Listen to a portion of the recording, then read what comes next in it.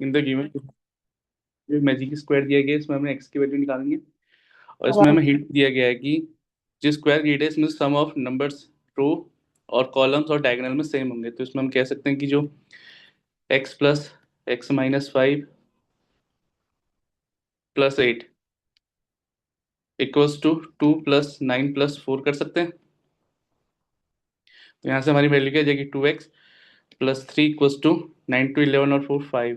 तो x की value यहाँ से कितनी आ गई, 15/3/2 यानी कि 6। ठीक है, नेक्स्ट। इसमें इसमें हमें सीक्वेंस दिया गया है। इसमें हम देखेंगे कि जो ए है, फिर बी, सी, डी और फिर एफ, यानी कि ये इस ओर से डिक्रीजिंग की ओर जा रहा है। तो यहाँ पर हम ई लिख सकते हैं। और यहाँ से 2, 8, 16, 32 एंड 64, तो यहाँ पर आ सकता है 4।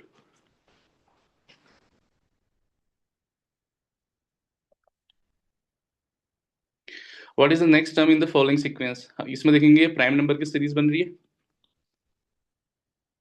तो यहाँ पर आ जाएगा हमारा नियरेस्ट 31। जिस क्वेश्चन में किसी को एक्सप्लेन देना होगा तो वो दे सकता है। ठीक है,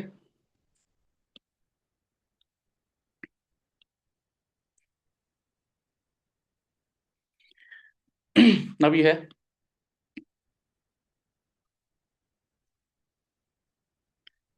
a 3 meter long car goes on a past 4 meter, sorry, a 3 meter long car goes past a 4 meter long truck at rest on the road. The speed of the car is 7 metre पर second. तो इस condition में जब हम कोई पास करता है किसी से, तो हम इसमें क्या करते हैं, दोनों की स्पीड को ऐड कर देते हैं। और नीचे हमारे पास वेलोसिटी है, तो हमारा टाइम निकल जाएगा। तो टाइम कितना आ जाएगा, 1, सॉरी 4 है, हाँ? तो यह आ जाएगा 1।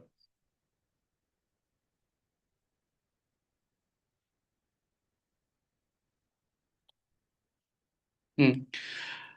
To rectangular piece of land have areas in the ratios. Suppose हमारे पास जो इसमें क्या है, एक स्मॉलर पीस है, दूसरा क्या होगा, लार्ज पीस होगा, बिगर पीस।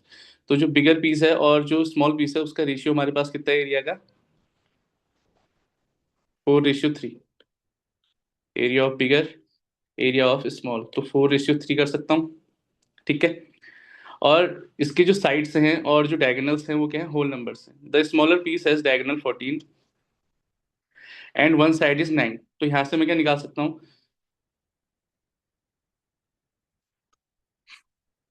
जो हमारे पास डायगोनल होगा कुछ इस तरीके से, और एक साइड होगी हमारी ये। तो डायगोनल 41 ले लेते हैं और एक साइड ले लेते हैं 9। तो हम तीसरी साइड निकालने के लिए करेंगे पाइथागोरस थ्योरम का यूज करेंगे। तो ये साइड आ जाएगी हमारी 40। ठीक है। तो इससे हमारे पास क्या होगा, रेक्टेंगल का एरिया आ जाएगा, स्मॉल रेक्टेंगल का एरिया आ जाएगा हमारे पास 36 मीटर स्क्वायर। ठीक है। बट हमारे पास क्या है, area of bigger upon area of small 4:3 दिया गया है। तो ये हो जाएगा एरिया ऑफ बिगर 4/3। तो एरिया ऑफ बिगर जो पीस है उसका हमारे पास कितना आ जाएगा। अब इसके बाद हम ऑप्शन से चेक करेंगे। जो 480 मीटर स्क्वायर है, फिर इसके बाद हम ऑप्शन से चेक करेंगे कि मतलब हमारे पास डायगोनल क्या बन सकते हैं। तो डायगोनल निकालने के सबसे मुझे पहले साइड चाहिए होंगी। तो इसकी साइड्स क्या क्या हो सकती हैं, एक तो 480 × 1 इस टाइप का हो सकता है। दूसरा हो सकता है कितना, जब हम 2 से करेंगे तो आ जाएगा 24। अगर हम 3 से करेंगे तो ये आ जाएगा 16। अगर हम 4 से करेंगे तो ये आ जाएगा 12, मतलब 120। ये ठीक जो है।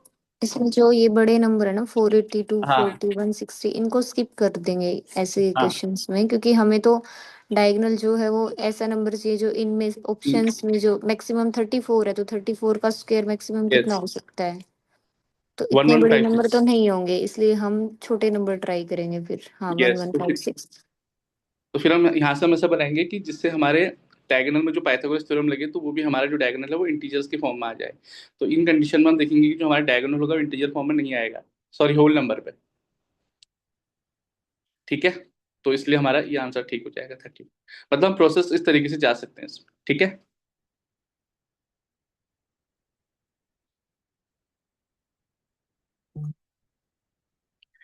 अब a rhombus is formed by joining the midpoint of the side of the unit square. एक हमारे पास स्क्वायर है,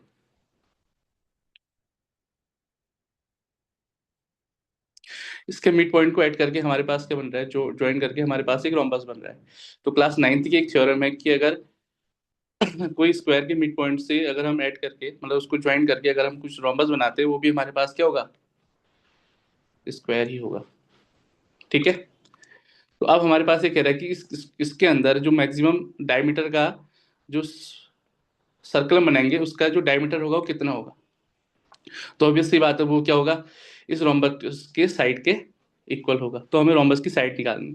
और हमारे पास क्लास नाइन्थ की एनसीईआरटी एक और थ्योरम है कि अगर हम किसी स्क्वायर के अंदर हम रोम्बस बना रहे हैं उसके मिड पॉइंट को जोड़ के, तो वो क्या हो जाएगा, उस रोम्बस का जो एरिया होगा वो क्या हो जाएगा, स्क्वायर के एरिया का जस्ट हाफ हो जाएगा। अब हमें बताया गया है कि यहाँ जो स्क्वायर है वो यूनिट है, यानी कि इसकी साइड कितनी हो जाएगी, 1। तो यानी कि इसका एरिया कितना हो जाएगा, 1 मीटर स्क्वायर ले लेते हैं या यूनिट स्क्वायर ले लेते हैं। तो रोम्बस का कितना हो जाएगा, 1/2 यूनिट स्क्वायर। ठीक है।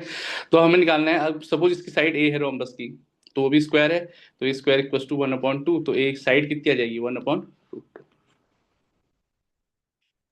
और दूसरा ये भी लग सकता है कि ये रोम्बस की साइड है ना, ये मिड पॉइंट्स को जोड़ के बनाई हुई है, और ये क्या फॉर्म कर रहा है, एक राइट एंगल ट्राइंगल। तो हाँ 1/2 दोनों साइड्स हैं, तो थर्ड साइड में पाइथागोरस थ्योरम लगा देंगे डायरेक्टली। ठीक। सो 1/4 + 1/4 का स्क्वायर रूट, तो 1/2 का स्क्वायर रूट, तो 1/√2 आ जाएगा वहां से। ठीक है। और किसी को कुछ ऐड करना है इसमें। ठीक है, आगे बढ़ते हैं।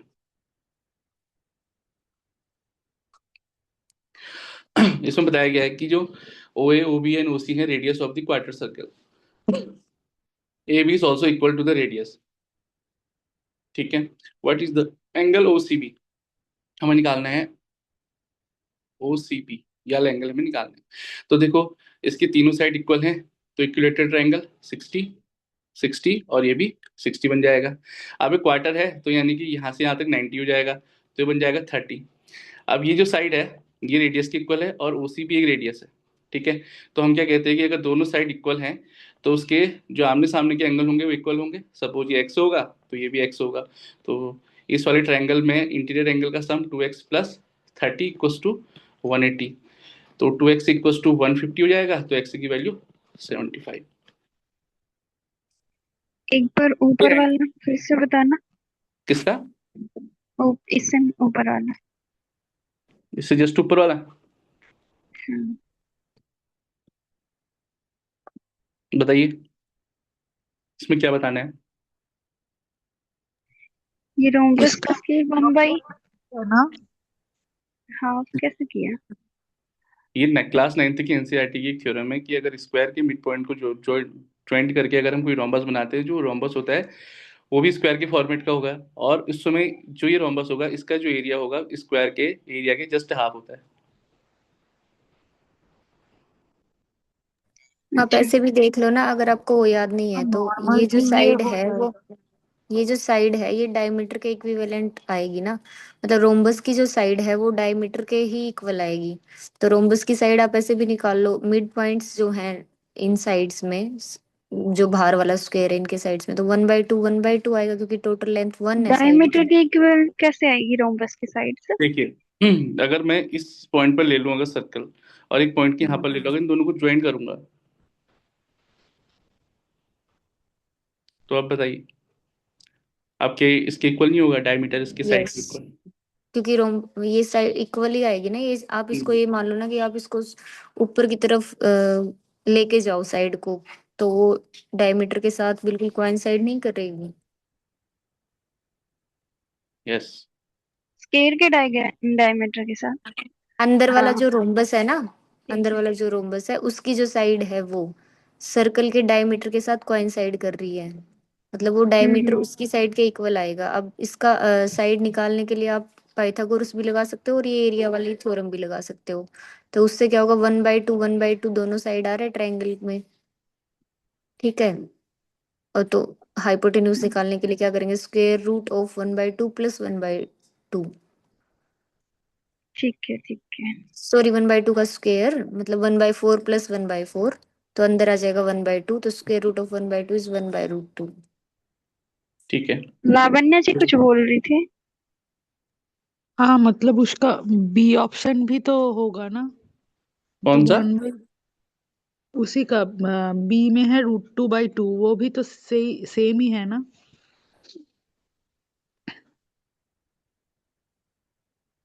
√2/2। हाँ हाँ सेम है। यस। हाँ, वो बट बाय मिस्टेक हो गया होगा या तो कुछ। हाँ हाँ, हमें सीधे यही दिखा तो हमने इसी की ओर अप्रोच किया। क्या तो हमारा किस सिस्टम में याद है तो हम इसको सोचते हैं, चलो ठीक है।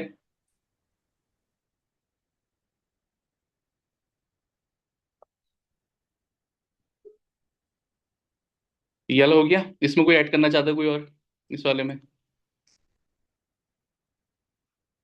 ठीक है, आगे बढ़ते हैं। In the diagram lines A B and C D are parallel. A B and C D जो है हमारे वो पैरेलल है। ठीक है।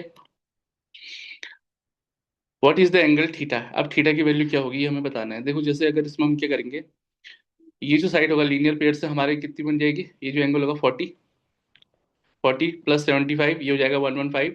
तो ये रेस्ट एंगल कितना बन जाएगा 65। अल्टरनेट इंटीरियर एंगल से ये भी कितना हो जाएगा 65। ये परसेंटेज नहीं है, ये एंगल होंगे।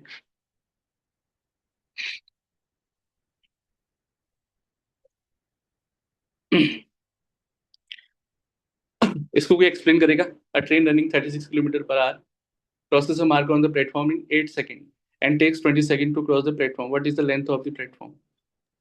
पहले इसमें क्या करेंगे, जैसे ट्रेन की स्पीड दी हुई है 36 किलोमीटर पर आवर, तो इसको आप मीटर पर सेकंड में चेंज कर लो, 5/18 से मल्टीप्लाई कर लो।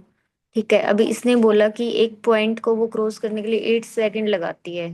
8 सेकंड लगाती है मतलब हम उसकी लेंथ निकाल सकते हैं ट्रेन की, क्योंकि स्पीड दी है टाइम दिया है तो डिस्टेंस निकाल सकते हैं फॉर्मूला से, speed into time.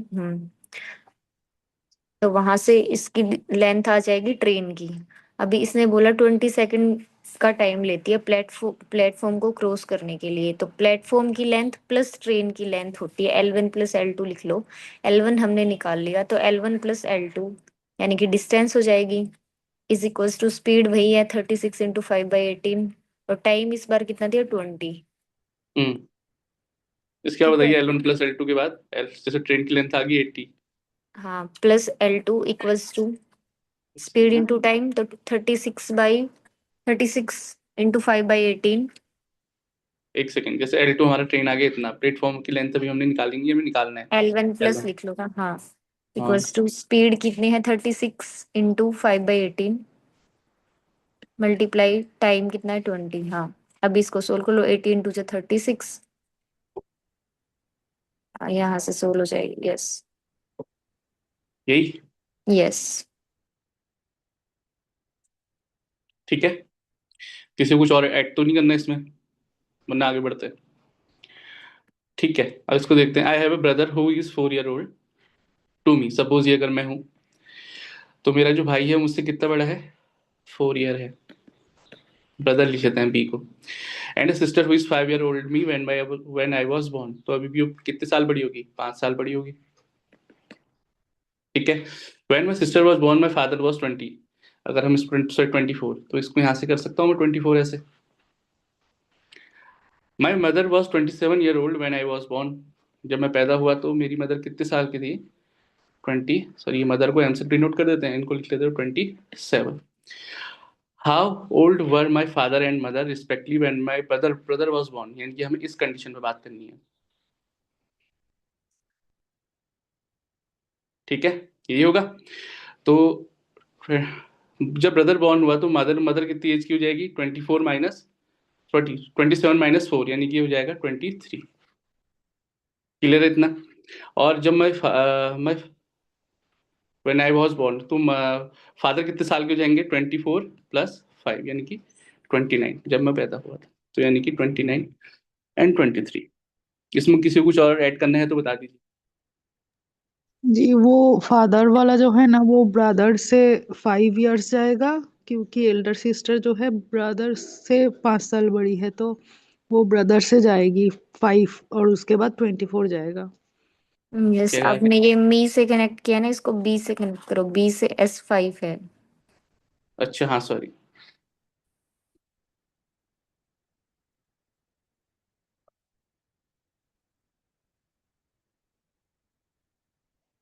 When my father was 20 year old, my sorry, when my mother was born, my father was 20 year old. So ठीक नहीं, है। पहली लाइन में ना, सिस्टर हु वाज हाँ 5 years old when my brother was born, तो वहां से। ठीक है, तो 5 + 4 9 कर देते हैं इसको। इसको एक टोटल बार 9 बना देते एक हैं। बार और ड्रॉ करके एक्सप्लेन कर सकते हैं प्लीज? हाँ सर। इसको पीछे की तरफ बना लिया करो ना लाइंस को, मतलब वो बड़ा है तो पहले पैदा हुआ है, ऐसे बनाओ। ठीक है बनाता हूँ, हाँ एक सेकंड। कलर्स भी डिफरेंट यूज कर सकते हैं। Okay sir. ठीक है, देखिए इसमें क्या है, जैसे सपोज मैं अपनी अप्रोच बताता हूँ। जैसे मैं, ठीक है, मैं ब्रदर वॉज 4 year old, यहाँ पर ब्रदर हो गया, ठीक। And my sister who was 5 year old when my brother was born, ठीक है। ये सिस्टर आ गई जो 5 साल बड़ी। जब सिस्टर पैदा हुई तब फादर कितने ईयर के थे? 24, ठीक है। एंड जब मैं पैदा हुआ तब मदर कितनी थी? 27। अब मुझे निकालना है when my brother was born, then age of mother and age of father निकालनी। तो ब्रदर जब बॉर्न हुआ तो उस समय, यानी कि यहाँ से हम 5 माइनस कर देंगे, 4 माइनस कर देंगे, तो ये आ जाएगा 23, और ये हो जाएगा 29। 5 + 20। अब ठीक है। जी। ठीक है आगे बढ़े।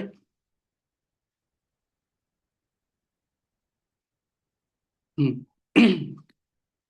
इसमें बताइए, to complete a task 8 takes 15 days, यानी कि इसका 1 day वर्क कितना हो जाएगा? 1/15। बी टेक्स 21 days, तो यानी कि इसका 1 day वर्क कितना हो जाएगा? 1/21। They work on alternate days, B start first, the number of days required to finish the task. इसको कोई एक्सप्लेन करेगा या मैं करूँ? हाँ, ठीक है, RTW से, हाँ मतलब बताइए। ऐसे मैं ऐसे करती हूँ, RT और W लिख लेती हूँ साइड में, मतलब लेफ्ट साइड में लिख लो RT और W, ऊपर लिख लो AB। यहाँ ये ठीक है। हाँ, AB और साइड में लिख लो RTW। तो इसका टाइम जो है, ऐसे वर्टिकली लिखती हूँ मैं। अच्छा तो 15 और 21 का एलसीएम लेके वहां से सोल्व करती हूँ, मतलब मेरा थोड़ा डिफरेंट अप्रोच रहता है इसमें। ठीक है, चलो मैं इसको करके हाँ, बताता हूँ। ठीक है, नहीं नहीं, कोई नहीं अब रहता है। देखो अगर मैं इसका एलसीएम ले लूँ उससे तो इजी हो जाएगा ना, RTW वाले से करेंगे ना तो। ठीक है, एक बार इसको देख हाँ, लेते हैं। उसमें भी एलसीएम ही आता है, ठीक है, ये हाँ सेम ही है। ठीक है, तो ये कितना हो जाएगा यहाँ पर? अगर एलसीएम लेंगे तो ये हो जाएगा 7, ये हो जाएगा 5। क्लियर इतना? अब इन दोनों को, दोनों अगर वर्क करते हैं, सॉरी वर्क नहीं, अब इसको देखना है, अगर बी स्टार्ट फर्स्ट डे पर अगर कौन स्टार्ट कर रहा है? बी स्टार्ट कर रहा है, तो बी का कितना काम होगा? 1/15, या हम कह सकते हैं उसको 105। यानी कि हमारे पास टोटल वर्क कितने हैं? वो है 105, हमारे पास टोटल वर्क है। तो ए उसका एक दिन में कितना काम कर सकता है? सॉरी ए नहीं है, ये बी हो बी, जाएगा तो। एक ही ग्रुप बना हाँ लो ना, बी और ए, मतलब सुनो, दो दिन एक को सेकंड, एक जोड़ लो, बी ए ऐसे लिखो। तो एक बी सेकंड। और ए मिलके 12 काम कर लेते हैं, मतलब 12वां हिस्सा कर लेते हैं, ठीक है। 105 काम है हमारे पास, उसके 12 काम बी और ए मिलके करते हैं। तो ऐसे ग्रुप बनाओगे, तो बी ए ने एक दो दिन में 12 काम किए, ऐसे करो तो 12 को आप 105 के आसपास ले जाएंगे तो यस। 96 आएगा। तो हाँ। 8 8 2 16 डेज, मतलब 16 डेज में उन्होंने 96 पार्ट कर लिया काम का। अभी कितना हम्म, बचा उनके पास? 9 काम और बचा ना। तो अब हाँ। फिर से बी का नंबर आया, तो बी ने 5 काम कर दिए खत्म, अब 4 बचे। तो वो हम्म, 4 कौन करेगा अगले दिन, मतलब 17वां दिन भी पूरा हो गया, 17वें हाँ। दिन बी ने किया। अब जो नेक्स्ट डे है उसका 4, क्योंकि ए करेगा। ठीक है, समझ गया। अब देखो जिससे आपकी मेथड है ना, उसी मेथड को मैं एक रिवर्स मेथड से कर लूँ। ठीक है, इसको देखते हैं जिसमें आपकी कैलकुलेशन थोड़ी बच सकती है। ठीक है, तो जो बी है, बी को हमारा कितना टाइम लगेगा? यानी कि 7/105, यानी कि 105 का 7 काम करता है एक दिन में। ठीक है, जैसे दूसरा दिन शुरू हुआ हमारा, तो सेकंड डे हमारा क्या लगा? ए। तो ए के पास कितना काम हो चुका होगा, यानी कि इतना काम तो कर चुका है, मिल चुका है उसको, प्लस 5/105 यानी कि कितना 12/105, यानी कि दूसरे दिन में हमारा काम जो आपकी कैलकुलेशन थी उसके अकॉर्डिंग कितना हुआ, 105 का 12 पार्ट हो चुका है, हमारा काम हो चुका है। अब हम क्या चलेंगे, जो 105 है हमारे पास, ठीक है, इसको हम साइकिल्स में तोड़ेंगे, किसकी साइकिल्स में, 12 की साइकिल्स में तोड़ेंगे। तो यानी कि 12 हम इसके नियरेस्ट जाएंगे, जैसे अभी आपने कहा कितना 12×8 = 96, यानी कि 8 साइकिल, यानी कि कितने 16 दिन, ये कहा ना आपने। यस, सेम है, वो लिखने का तरीका अलग है, सेम यस, प्रोसेस है। यहाँ मैं अभी की तरफ से जा रहा हूँ। जैसे अगर मैं इसमें चले जाऊँ 12 × 9 यानी कि कितने 108 दिन। अब मेरी काम कितना था 105, मेरा काम कितना हो गया 108 होना है, तो मुझे कितने काम करने पड़ेंगे 3, इसका डिफरेंशियल। अब जो 108 दिन है यानी कि 9th डे है मेरा, यानी कि कितना, सॉरी 9th साइकिल यानी कि 18 डे है, 18 डे यानी कि काम कौन करेगा, ए काम करेगा इवन डेज में। ए का वर्ग कितना है 7/105, यानी कि 7 पार्ट करता है वो एक दिन में, ठीक है। तो यानी कि 4 है, तो सॉरी 7 है, तो 7 - 3 = 4, और कितने वर्ग का 7, तो यानी कि 18 दिन में पूरा काम हो जाना था, लेकिन उसको कितना एक्स्ट्रा काम करना पड़ेगा 108 पहुंचाने के लिए 3, तो उसका जस्ट आधा कर देंगे, तो यानी कि 17वें दिन के बाद जो ये बनेगा हमारा इस तरीके से बन जाएगा 18 दिन में, मतलब, ठीक है। ये कैलकुलेशन से बचने के लिए, जैसे हम वहां पर, जैसे आपकी मेथड थी उसमें हम क्या कर रहे थे, तो हम 8 यानी कि 16 डेज में जा रहे थे, फिर हमें पास एक दिन का और एक्स्ट्रा काम करना पड़ रहा था, यानी कि बी को, फिर उसके बाद हम नेक्स्ट डे में आ रहे थे, उसमें हमारे पास ए का बच रहा था। मैंने क्या किया, हम जस्ट एक दिन आगे चले गए, उसके बाद फिर थोड़ा वापस आए कि कितना काम हमें नहीं, छोड़ा। हम उसमें भी यही है, उसमें आगे ही हाँ, नहीं जाना, उसमें क्या करना है, बी का 17वां दिन तो पूरा हो गया, अब यस, काम भी 4 बचे हैं, और इस ये टोटल करता है 7, तो डायरेक्ट आ जाएगा हाँ, 4/7। हाँ, कुछ कर मतलब दो मेथड उसमें होगी कुछ हमारे करना ही पास, नहीं एक तो है। हम जब 8वें यानी कि 16 डेज में जाएं, या तो फिर हम 18वें डेज में जाएं। जैसे कि आपकी मेथड थी ना, सीधे सीधे 16 कंप्लीट करने के बाद फिर हम बी में चले गए, सॉरी 17वां डे जो आया, फिर उसका जस्ट एंड हाफ वाला काम, और फिर मैं थोड़ा एक आगे चले गया, मैंने आगे से उल्टा आ गया, ठीक है। इसमें बिल्कुल किसी को कोई समझ। डाउट, चलो आगे बढ़ते हैं। If the speed of a train is increase by 20%, अगर हम V1 कर दे कितना 20% अगर बढ़ा दें उसको, सपोज इनिशियली हमारी वेलोसिटी कितनी थी, स्पीड 20 थी, तो अगर हम इसको बढ़ा देंगे तो 0.2 V बना सकते हैं इसको। इसमें किसी को डाउट तो नहीं कैसा है, ठीक है। Time, travel time between two station reduce by, तो टाइम कितना हो जाएगा T-2 कर लेते हैं। If its speed is decrease by जो कि पहली कंडीशन है, दूसरी कंडीशन क्या है, जब V को हम डिक्रीज कर देंगे 20% से, तो हमारे पास जो नेक्स्ट बनेगा वो कितना बनेगा 0.8 भी बना सकते हैं इसको, ठीक है। एंड टाइम जो होगा T इंक्रीजेस बाय 3 आवर्स। तो हमारे पास पहली कंडीशन दूसरी कंडीशन मिल चुकी है, तो V इक्वल्स टू डी मतलब अपॉन, पॉइंट ए वो माइनस होगा ना उसमें से, मतलब उसने बोला 20% इंक्रीज किया है, अच्छा, तो S+S/5 है, मतलब मैंने ऐसे किया इसको, 20% का मतलब होता है S/5, ठीक है। और स्पीड हमारी S है, तो अभी इंक्रीज करने के बाद स्पीड कितनी होगी, S+S/5 होगी ना, और उसमें आएगा T-2, और फिर डिक्रीज करने पे कितनी आएगी, S-S/5, तो ऐसे होगा एस ना, मतलब माइनस, 6S/5 और उधर आ जाएगा 4S/5, फिर उनको डिवाइड करके इक्वेशन बन जाएगी, डायरेक्ट सोल्व हो जाएगा वहां से ही, डायरेक्ट T आ जाएगा हमारा। ठीक है। एक इसको भी कर लेते हैं, ठीक है, एक तो आपकी मेथड होगी, एक इसको कर लेते हैं। जैसे कि हमारी यहाँ से इक्वेशन बन जाएगी V equals to D upon T, तो हमें नॉर्मल टाइम, तो हमारे यहाँ से क्या बन जाएगा V × T, एक कंडीशन बना लेंगे, और दूसरी कंडीशन इससे बना लेंगे। एक आपके वाली मेथड से आपका आंसर कितना आ रहा था, 12 आ रहा था, ठीक है, एक बार रिपीट करेंगे उसको फिर से। मतलब मैंने S मान लिया, स्पीड S है, और S+S/5 मान लिया, इंक्रीज हुआ तो S+S/5, S+S बाई, S/5। हाँ, और इसमें टाइम लगा है T-2, ठीक है, अभी दूसरी वाली में S-S/5 होगी, और उसमें टाइम लगा है T+3, S minus S by 5 हाँ, टाइम लगा तो टी अभी माइनस। डिस्टेंस तो सेम ही है ना, हम्म तो अब इसको distance is equal to speed into time से इक्वेट कर लेंगे, मतलब इसका स्पीड इनटू टाइम कर देंगे और उसका भी स्पीड इनटू टाइम कर देंगे, फिर इक्वेट कर लेंगे। S S plus S by 5 into T minus 2 करके भी कर सकते हैं, हम्म या फिर मैंने इसको डिवाइड करके ही सोल्व कर लिया था डायरेक्ट, तो वहां से ही हो गया था मेरा। तो ये इक्वेशन होगी ना, कि इसको सॉल्व करना मैंने होगा। ऐसे किया 6s/5 upon 4s/5 is equal to T hmm plus 3, मतलब इनवर्सली प्रोपोर्शनल वाला जो रिलेशन है ना वो यूज कर लिया मैंने। ठीक है, तो यहाँ से ठीक है, क्वाड्रेटिक इक्वेशन बनेगी। वहां से क्वाड्रेटिक भी नहीं बनेगी, वहां से एस कैंसिल हो जाएगा। हाँ इस एस वाले को नीचे ले आओ, टी वाले को उधर ले जाओ। ठीक है, तो ये बन जाएगा 6s/5 अपॉन 4s/5 ऐसे बन जाएगा, इक्वल्स टू 4s।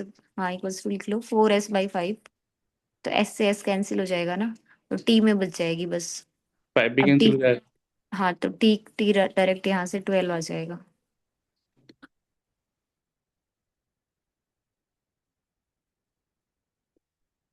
T12 कहाँ से आ रहा है यहाँ से, सॉरी। 60 माइनस नहीं, 10। आपने मिस्टेक किया ना, 60 - 12 इक्वल्स टू 40 + 12 ऐसे आएगा, इक्वेशन गलत। हाँ, मल्टीप्लाई करो ना 6 के अंदर, अच्छा 60 60 - 12, ठीक है ठीक है ठीक है, मिस्टेक है इसमें। 60 - 12 इक्वल्स टू 40 + 12 ऐसे आएगा। हम्म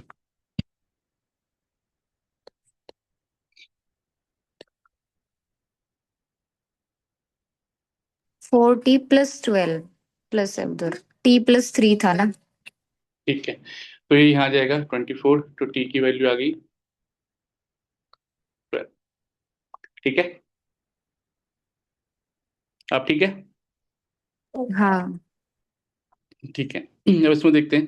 the time table of class with 5 period is to set that fourth period is of language, मतलब चौथा सब्जेक्ट है वो हमारा क्या होना चाहिए, पीरियड जो है वो लैंग्वेज का होना चाहिए। Maths is just before geography, science is nether first nor the last, यानी कि ये वाला ऑप्शन कैंसिल हो जाएगा हमारा। ठीक है, अब हमारे पास क्या है हमें देखेंगे कि मैथ्स जो है जस्ट बिफोर ज्योग्राफी होना चाहिए, और साइंस हमारा पहले में नहीं आना चाहिए ना, ये लास्ट में आना चाहिए। तो ये वाला ऑप्शन भी कैंसिल हो जाएगा हमारे पास। अब हमारे पास बचे एक, दो, दो ऑप्शन बचे। अब इसको हम देखेंगे, अगर हम साइंस को अगर दूसरे नंबर पर रख दें तो हमारे पास ये वाली कंडीशन जो है फेल हो जाएगी, math is just before the geography वाली, तो ये वाली भी कैंसिल हो गया, बचा हमारे पास सी। ठीक है, कोई और अप्रोच? ठीक है, आगे बढ़ते हैं।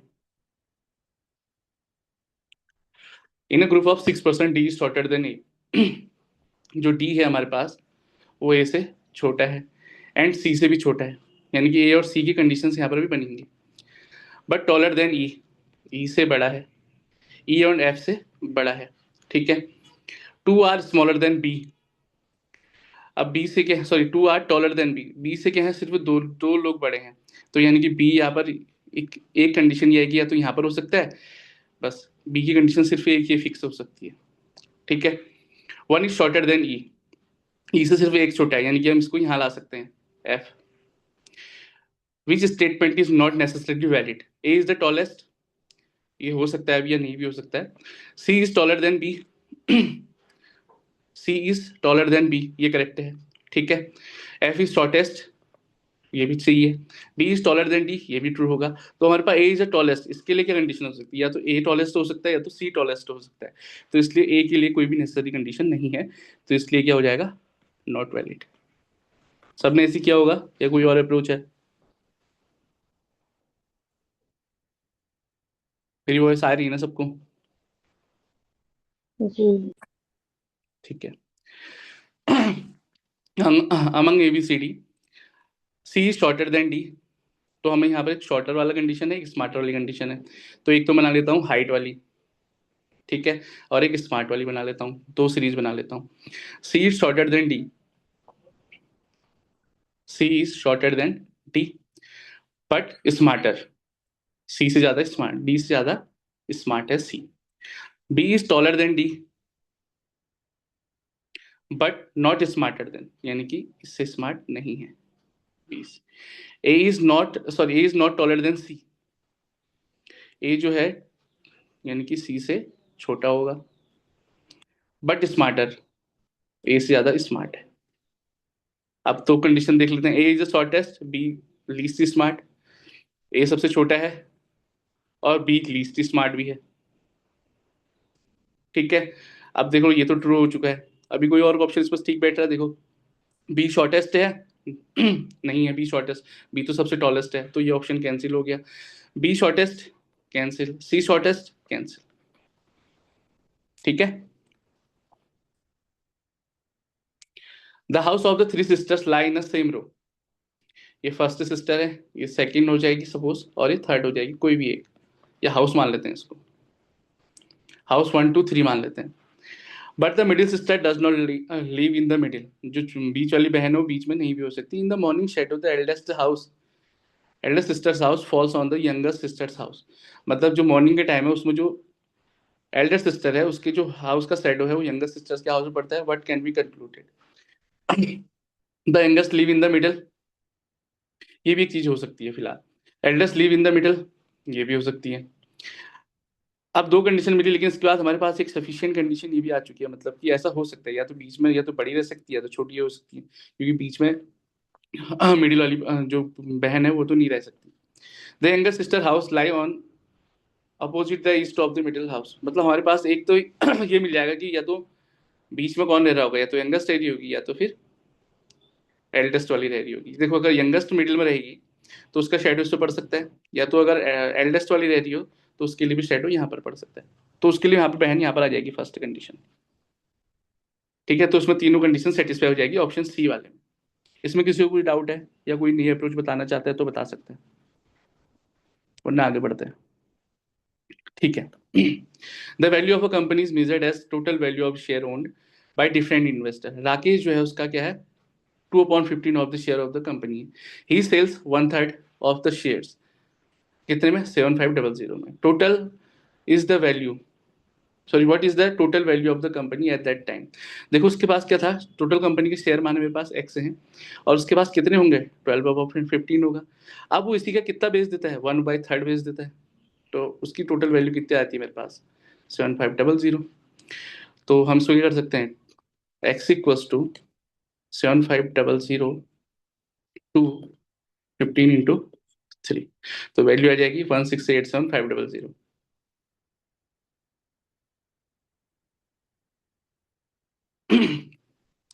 A number is mistakenly divided by 2 instead of being multiplied by 2. What is the percentage change in the result?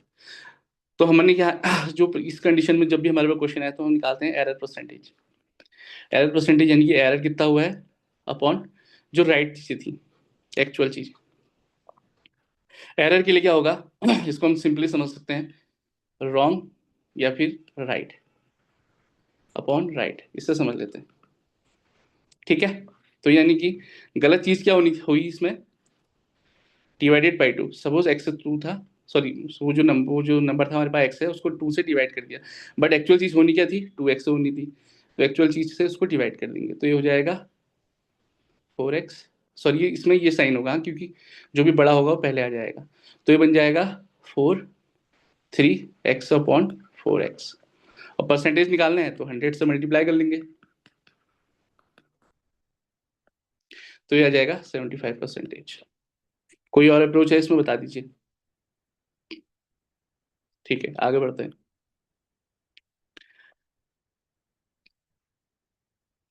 Drawing diagram show the number of players playing one और मोर देन वन स्पोर्ट्स। ठीक है, हमने इसमें निकालना है the number of the percentage of player who played exactly 2 sports is closest to.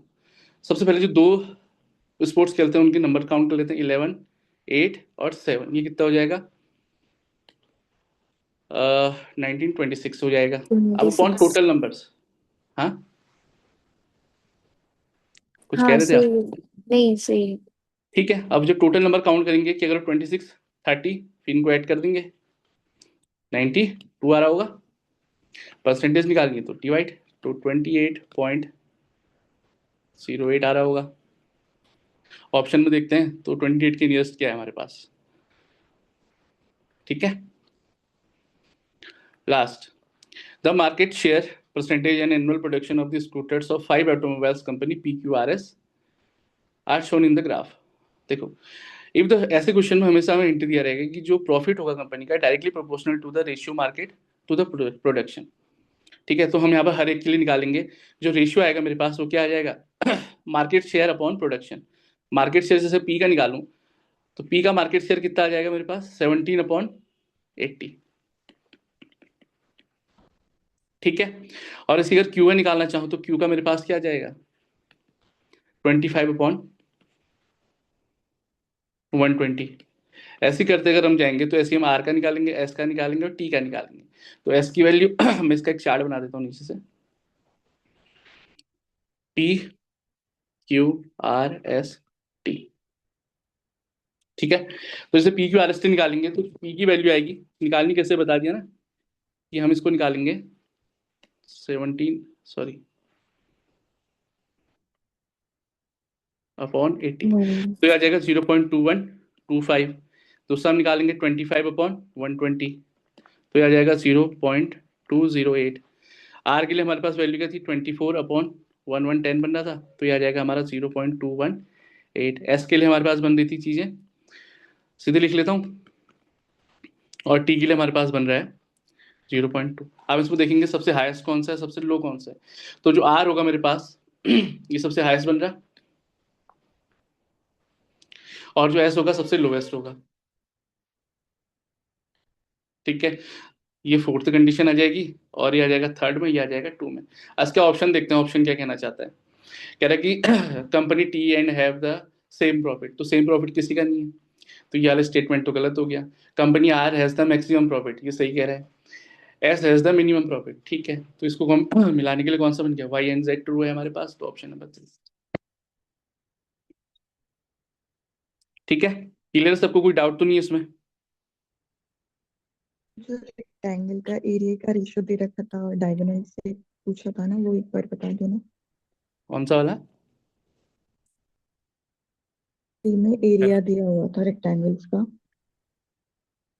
जिसमें diagonal दिया हुआ है 41, रेशियो दिया हुआ है एरियाज। हाँ, इसमें जो बड़ा वाला रेक्टेंगल है उसका एरिया निकालने के बाद डायगोनल से कैसे कंपेयर किया था। एक सेकेंड ना, हीट एंड ट्रायल से करना है वो, इसमें बताया वो, मतलब साइड्स आपको खुद पुट कर करके चेक करना पड़ेगा कि कौन से ऑप्शन का कंप्लीट स्क्वायर बनेगा वहां पर। जैसे ये है हमारा, इसमें आया हमारे से जो हमारे पास सेकंड का जो बिगर है उसका एरिया आया हमारे पास 480 मीटर स्क्वायर। अब हमने ऐसे ऑप्शन चूज करने हैं। पहली बात तो ये है कि हमारे पास इसके अंदर आना चाहिए उसका, अगर हम डायगोनल निकालना है, यानी कि हमें क्या चाहिए, हाइपोटेनियस चाहिए। ठीक है, बड़े वाले स्क्वायर रेक्टेंगल का। तो हमने ऐसे कॉम्बिनेशन लेने हैं, और हाँ ये भी ध्यान रखना है कि जो डायगोनल है वो कैसा आना चाहिए हमारे पास, होल नंबर साइड टाइप का आना चाहिए। ठीक है, तो अब हम ऐसे चूज करेंगे, जैसे अगर 480 × 1 किया, अब जैसे हम इसका निकालेंगे तो एक साइड हमारी 480 का स्क्वायर +1 करेंगे। ठीक है, तो हमारे पास कितना आ जाएगा, तो जब हम इसको सॉल्व करेंगे तो इसका स्क्वायर +1 करोगे तो हम जब उसका अंडर रूट निकालेंगे तो हमें प्रॉपर नंबर नहीं मिलेगा, होल नंबर नहीं मिलेगा मतलब। ठीक है, सेम ऐसे इसके लिए भी होगा, इसके लिए भी होगा, बट इस वाली का सॉरी इसके लिए ठीक आ रहा है। साइड क्या आ रही है आप लोगों की, 16 और 30 पे हाँ हो रहा सॉरी था ना शायद, इसमें सॉरी 34 आ जाएगा वहां पे, इसमें फिर जीरो वो हाँ मैच नहीं करेगा 34 का, ठीक है ठीक स्क्वायर नहीं बनेगा। है। तो हम हाँ, तो हमने इस टाइप की जाना है, हमारे पास ये ऑप्शन भी है ना, तो हमने छोटे नंबर तो वैसे ही नहीं लेने हैं, और हमने एक साइड इतनी बड़ी भी नहीं करनी है कि 3 डिजिट में आगे चले जाए। हाँ, तो हमने इस कॉम्बिनेशन में लेना है, जैसे हमारे पास एक चीज मिल गई कि हम इस फैक्टर में भी ले सकते हैं, तो 16 × 30, तो यह जाएगा 48 इतना बन रहा है। अब हम इसका 16 स्क्वायर + 30 स्क्वायर करेंगे, तो हमारे पास जो डायगोनल मिलेगा वो हमारे पास किसके इक्वल आ जाएगा, 34 के इक्वल आ जाएगा। सेम यही है ना, हाँ, ठीक है, और किसी को कोई डाउट है।